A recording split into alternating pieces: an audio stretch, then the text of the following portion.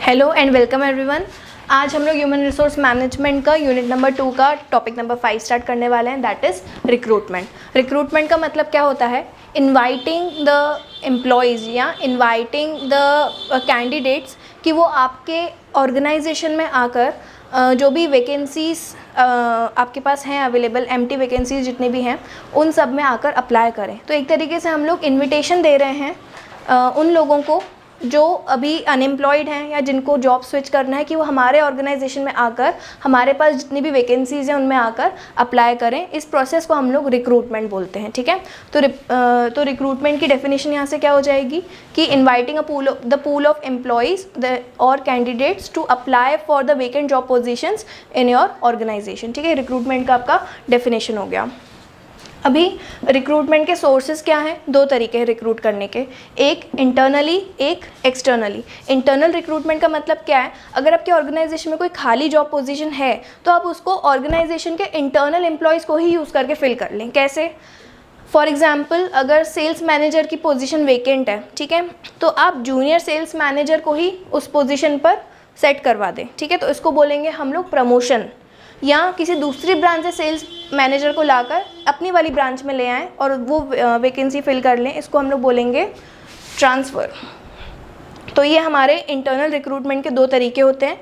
या तो आप ट्रांसफ़र कर सकते हैं एक ब्रांच से दूसरी ब्रांच में लोगों का, या तो आप प्रमोशन कर सकते हैं, नीचे वाली पोस्ट से ऊपर वाली पोस्ट में प्रमोशन दे दिया। कई बार डिमोशन भी दे देते हैं, है ना। कोई अच्छे से काम नहीं कर रहा होता है, नीचे वाली वैकेंसी होती है तो हम लोग उसको डिमोट भी कर देते हैं। ये बहुत रेयरली किया जाता है ऑर्गेनाइजेशन, मोस्टली ऑर्गेनाइजेशन प्रमोशन से ही जॉब पोजिशंस को फिल करते हैं, ठीक है।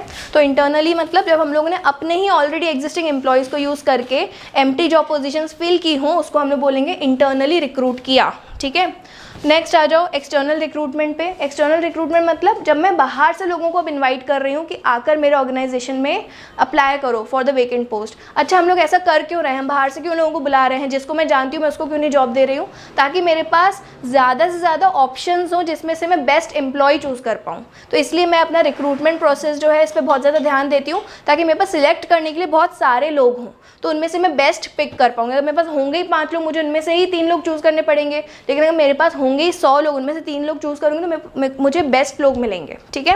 तो इसलिए हम लोग रिक्रूटमेंट करते हैं। तो एक्सटर्नल में हम लोग को क्या आ जाएगा?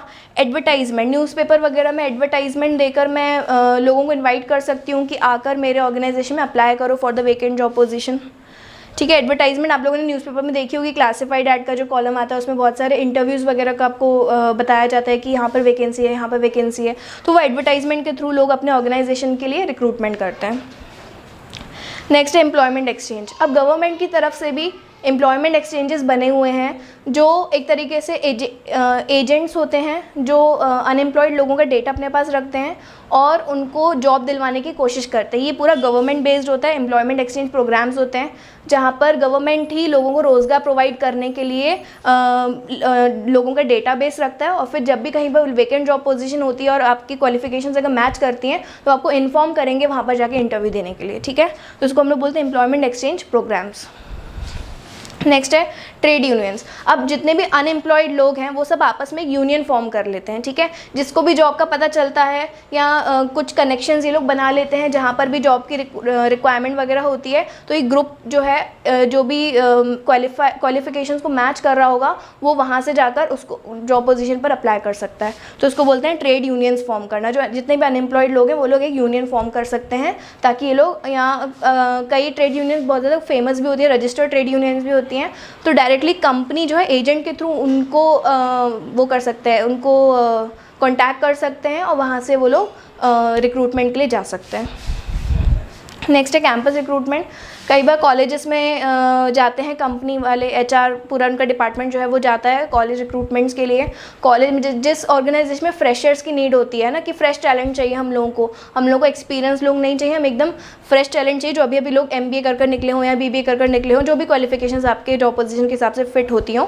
तो कई बार जो HR डिपार्टमेंट है वो अलग अलग कॉलेजेस में भी जाकर लोगों को रिक्रूट करते हैं। तो इसको हम लोग बोलते हैं कैंपस रिक्रूटमेंट। नेक्स्ट है रिक्रूटिंग एजेंसीज़। अब कुछ ऐसी एजेंसीज़ बनी हुई है, जैसे ऑनलाइन प्लेटफॉर्म पर भी है, ऑफलाइन प्लेटफॉर्म पर भी है। ऑनलाइन प्लेटफॉर्म में आप लोगों ने बहुत ही फेमस एक सुना होगा naukri.com, तो ये एक रिक्रूटिंग एजेंसी का ही एग्जांपल है। जो एजेंसीज़ ऐसी होती हैं जो लोगों को एम्प्लॉयमेंट जनरेट करके देती हैं, या अनएम्प्लॉयड लोग जो है वहाँ पर अपना प्रोफाइल पूरा दे सकते हैं, वहाँ पर जो है जॉब के पूरे अपडेट्स वगैरह आते हैं, तो वहाँ से आप लोग अप्लाई कर सकते हैं।